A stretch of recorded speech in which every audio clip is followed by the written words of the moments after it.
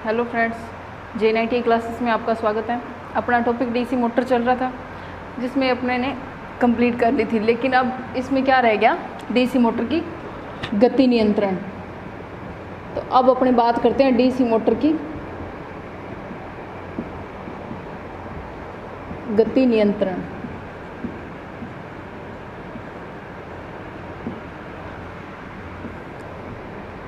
सबसे पहले तो देखते हैं इसकी गति डिपेंड किस पे करती है, किस पे निर्भर करती है। तो उसके लिए अपन ने बैक ईएमएफ का फॉर्मूला देखा था, फाई ZNP बटा में 60A। तो इससे अपने देखेंगे कि इसकी गति किस पे निर्भर करती है। तो इसमें फिक्स क्या क्या है, Z फिक्स है, P फिक्स है, 60A फिक्स है। तो पीछे क्या बच गया, EB बराबर क्या रह गया, फाई और N। तो इससे N बराबर क्या होगा, EB बटा में फाई। तो इसका मतलब क्या हुआ, जो गति है वो बैक ईएमएफ के क्या है, समानुपाती, और फ्लक्स के व्युत्क्रमानुपाती। तो बैक ईएमएफ कहाँ उत्पन्न होता है, आर्मेचर में। तो अपने बोल सकते हैं आर्मेचर के बैक ईएमएफ के समानुपात में है। और फ्लक्स कहाँ पे होता है, फील्ड में। तो बोल सकते हैं अपने फ्लक्स के व्युत्क्रमानुपाती है। तो अब देखते हैं अपने इसकी गति कैसे नियंत्रण करते हैं, कौन सी मोटर में कौन सी विधियां लगती हैं।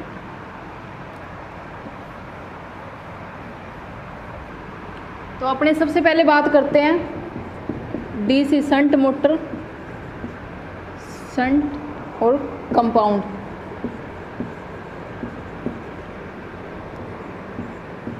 गति नियंत्रण, तो इन दोनों मोटर में गति नियंत्रण की दो विधियां होती है।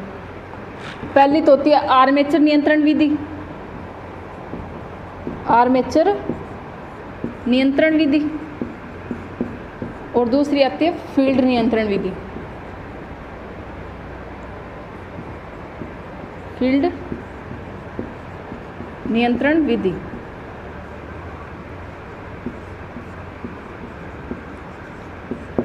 तो सबसे पहले अपने बात करते हैं आर्मेचर नियंत्रण विधि की।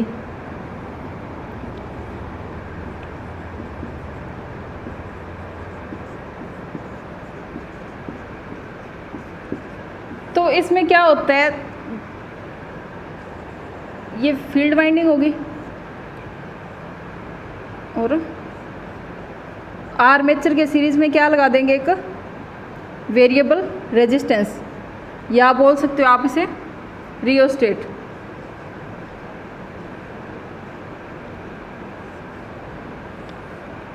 DC supply,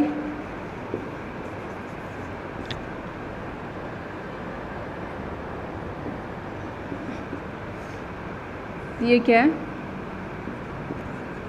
variable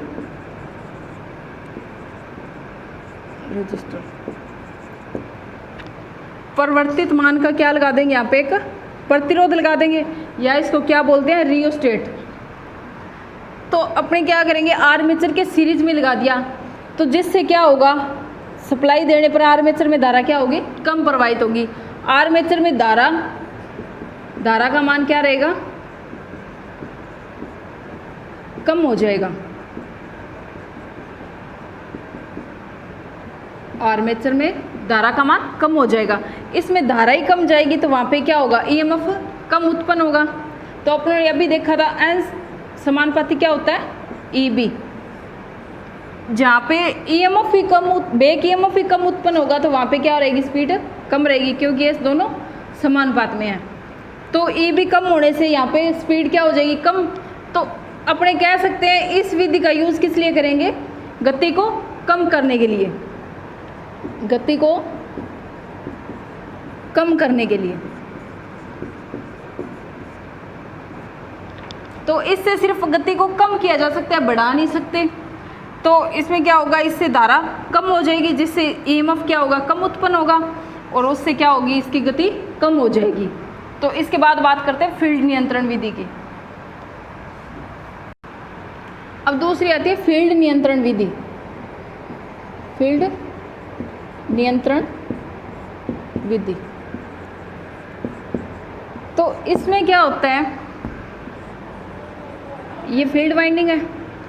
field winding के सीरीज में क्या करेंगे, एक वेरिएबल मान का प्रतिरोध लगा देंगे।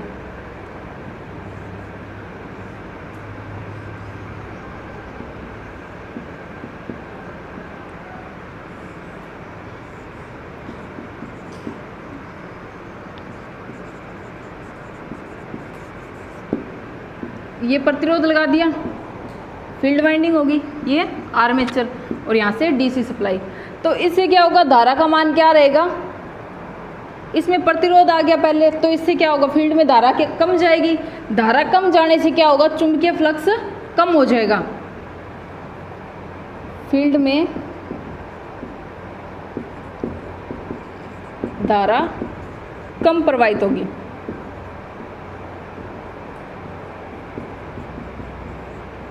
जिससे चुंबकीय फ्लक्स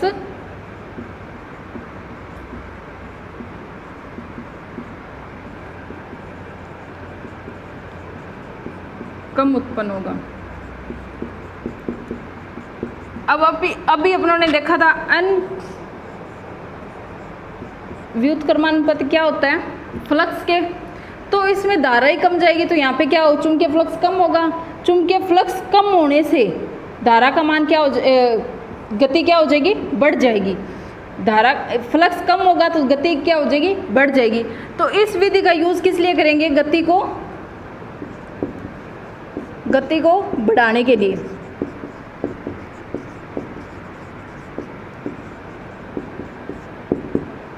तो जो आर्मेचर नियंत्रण विधि है उसको तो गति कम करने के लिए, और इससे क्या होगी, गति बढ़ जाएगी। फ्लक्स का मान कम होगा जिससे गति कम हो जाएगी, तो इसका यूज हमेशा गति को बढ़ाने के लिए करेंगे।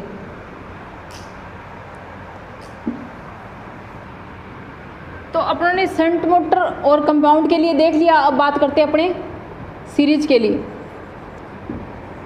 सीरीज मोटर में गति नियंत्रण, तो इसकी 5 विधियां होती हैं। पहली होती है आर्मेचर डाइवर्टर विधि, दूसरी होती है फील्ड डाइवर्टर,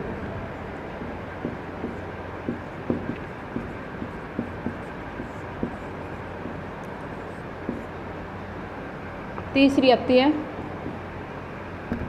सप्लाई वोल्टेज नियंत्रण विधि, और 4 नंबर पे आती है फील्ड टेपिंग विधि।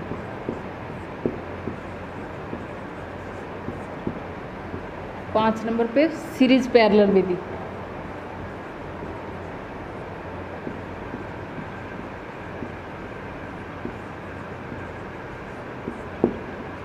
आपसे सीधा सीधा पूछ सकते हैं सीरीज मोटर में गति नियंत्रण की कितनी विधियां हैं, तो 5 तरीके से इसकी गति नियंत्रण कर सकते हैं अपने।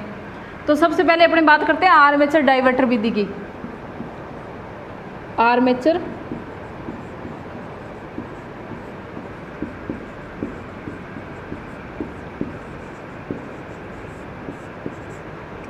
तो इसमें क्या होता है, आर्मेचर नियंत्रण में क्या था, उसकी धारा को नियंत्रण कर रहे थे, इसमें क्या करेंगे, डाइवर्ट कर देंगे, मतलब बांट देंगे उसे।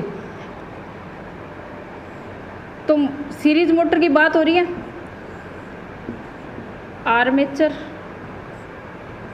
ये आगे फील्ड वाइंडिंग, डीसी सप्लाई। तो इसके एक पैरेलल में क्या लगा देंगे, आर्मेचर के रियोस्टेट।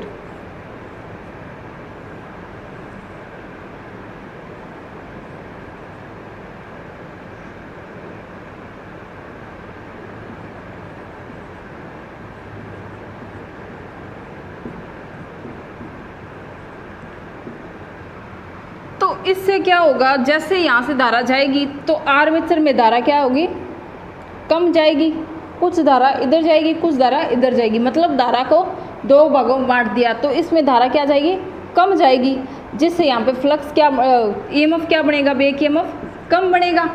तो बैक ईएमएफ कम बढ़ने से क्या होगा, इसकी गति कम हो जाएगी। तो इसका यूज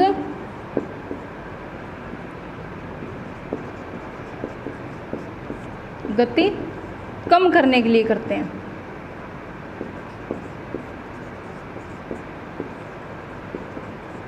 इससे सिर्फ गति को कम कर सकते हैं, बढ़ा नहीं सकते।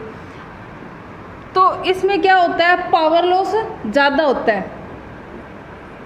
तो क्या इसका पावर लॉस अधिक होता है, जिसके कारण इसका यूज़ कम किया जाता है।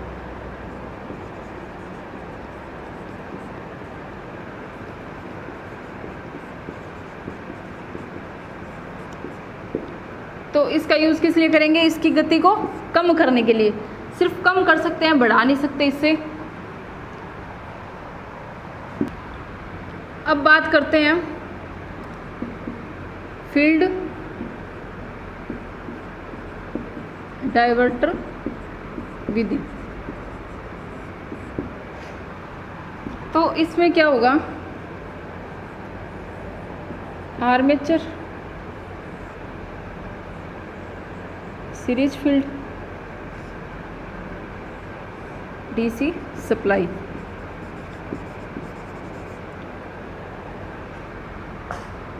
तो जो फील्ड वाइंडिंग है, सीरीज वाइंडिंग, इसके पैरेलल में क्या लगा देंगे, एक रेजिस्टेंस लगा देंगे।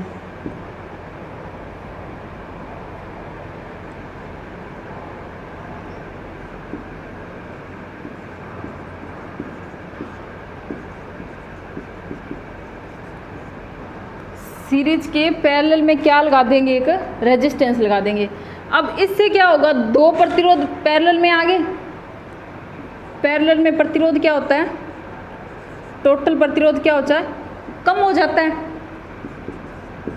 टोटल रेजिस्टेंस कम हो जाएगा पैरेलल में। तो इससे क्या होगा, टोटल रेजिस्टेंस कम होने से क्या होगा, यहाँ पे धारा क्या जाएगी, ज़्यादा जाएगी। प्रतिरोध कम हो गया तो धारा क्या जाएगी, आर्मेचर में ज़्यादा, धारा ज़्यादा जाएगी, जिससे क्या होगा, धारा बढ़ेगी, जिससे गति बढ़ जाएगी।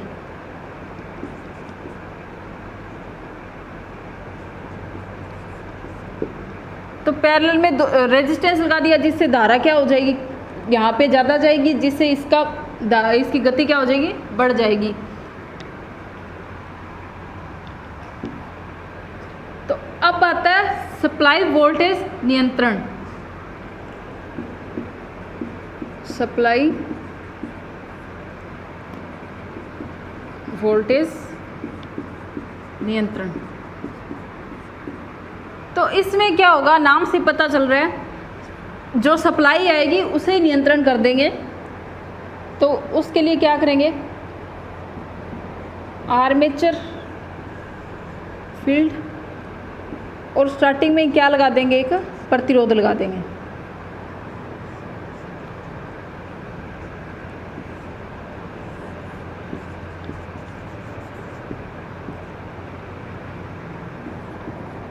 तो इससे क्या होगा, यहाँ पे प्रतिरोध लगा दिया, तो इससे जो स्टार्टिंग की सप्लाई होगी वो ही नियंत्रण हो जाएगी, जिससे धारा पहले ही कम जाएगी दोनों में, तो इससे गति कम हो जाएगी।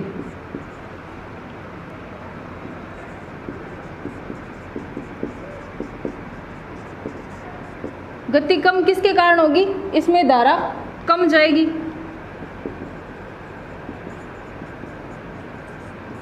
प्रतिरोध इनका दोनों का बढ़ गया, तो इसलिए इसमें धारा कम जाएगी, जिससे गति बढ़ जाएगी, कम हो जाएगी।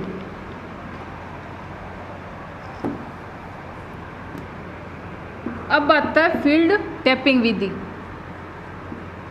फील्ड टैपिंग,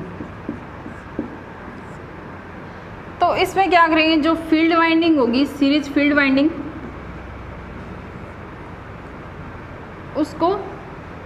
उसकी टेपिंग निकाल देंगे, लपेटों की।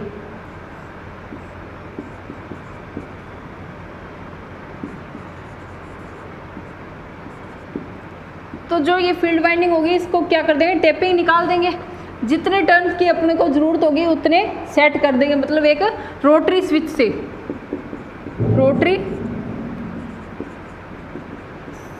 स्विच के द्वारा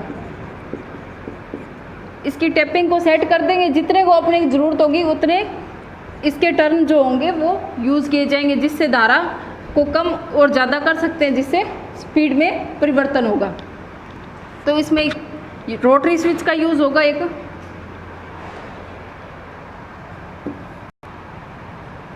अब आता है सीरीज पैरेलल विधि। सीरीज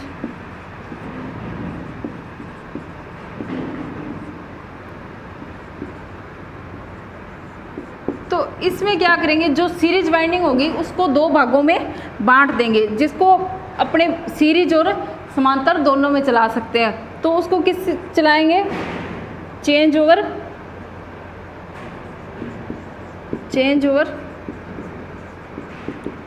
स्विच के द्वारा। तो जो सीरीज वाइंडिंग होगी उसे दो भागों में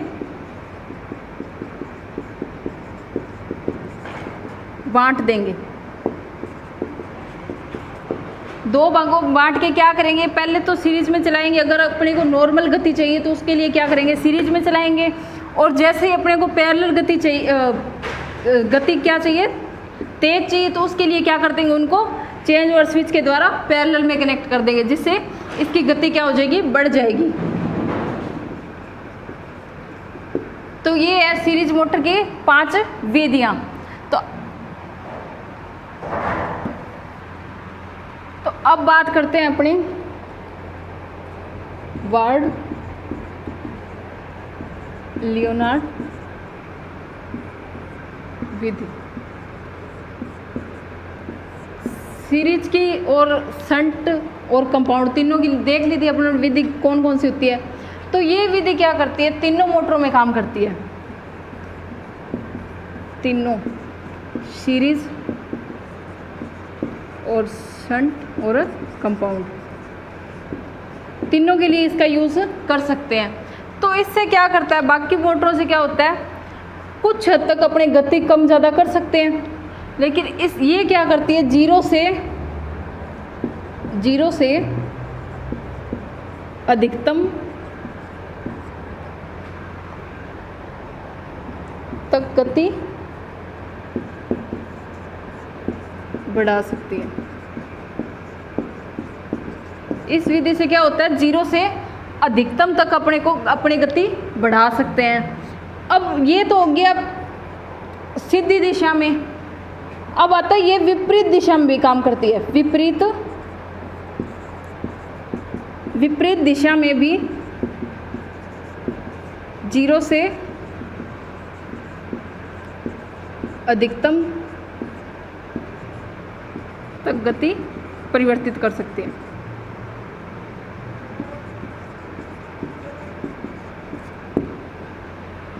तो फिर आता है इसमें मोटरें कितनी लगी होती है, कितने मोटर होती है।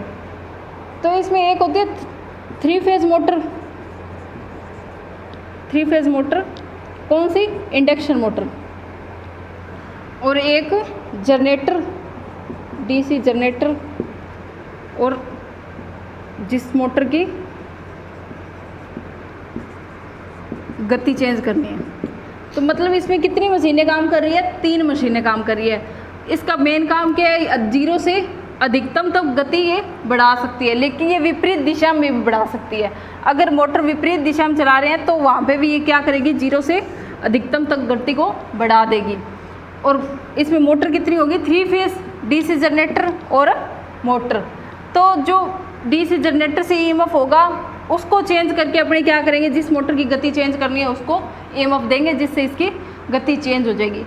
तो इसलिए इसमें 3 मोटर होती है, इसके कारण इसकी दक्षता क्या रहती है, थोड़ी कम रहती है। तो इसका यूज़ कहाँ करते हैं,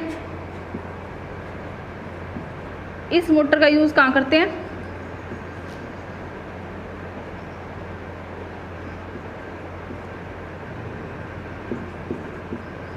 पेपर मिल, एलिवेटर। तो इन सब में क्या करेंगे, इसका यूज़ करेंगे। तो इसमें मेन यही क्वेश्चन बनते हैं, 0 से अधिकतम तक गति को बढ़ा सकते हैं, लेकिन ये विपरीत दिशा में भी काम करती है, विपरीत दिशा में भी बढ़ा सकती है। और इसमें मोटरें कितनी होती है, 3 फेज इंडक्शन मोटर होगी, DC जनरेटर होगा, मोटर होगी। दक्षता क्या रहेगी इसकी, कम रहेगी। और यूज़ कहाँ करेंगे, पेपर मिल या फिर एलिवेटर में। तो ये अपने थी DC मोटर की गति नियंत्रण, बाकी अपने नेक्स्ट वीडियो में करेंगे। Thank you.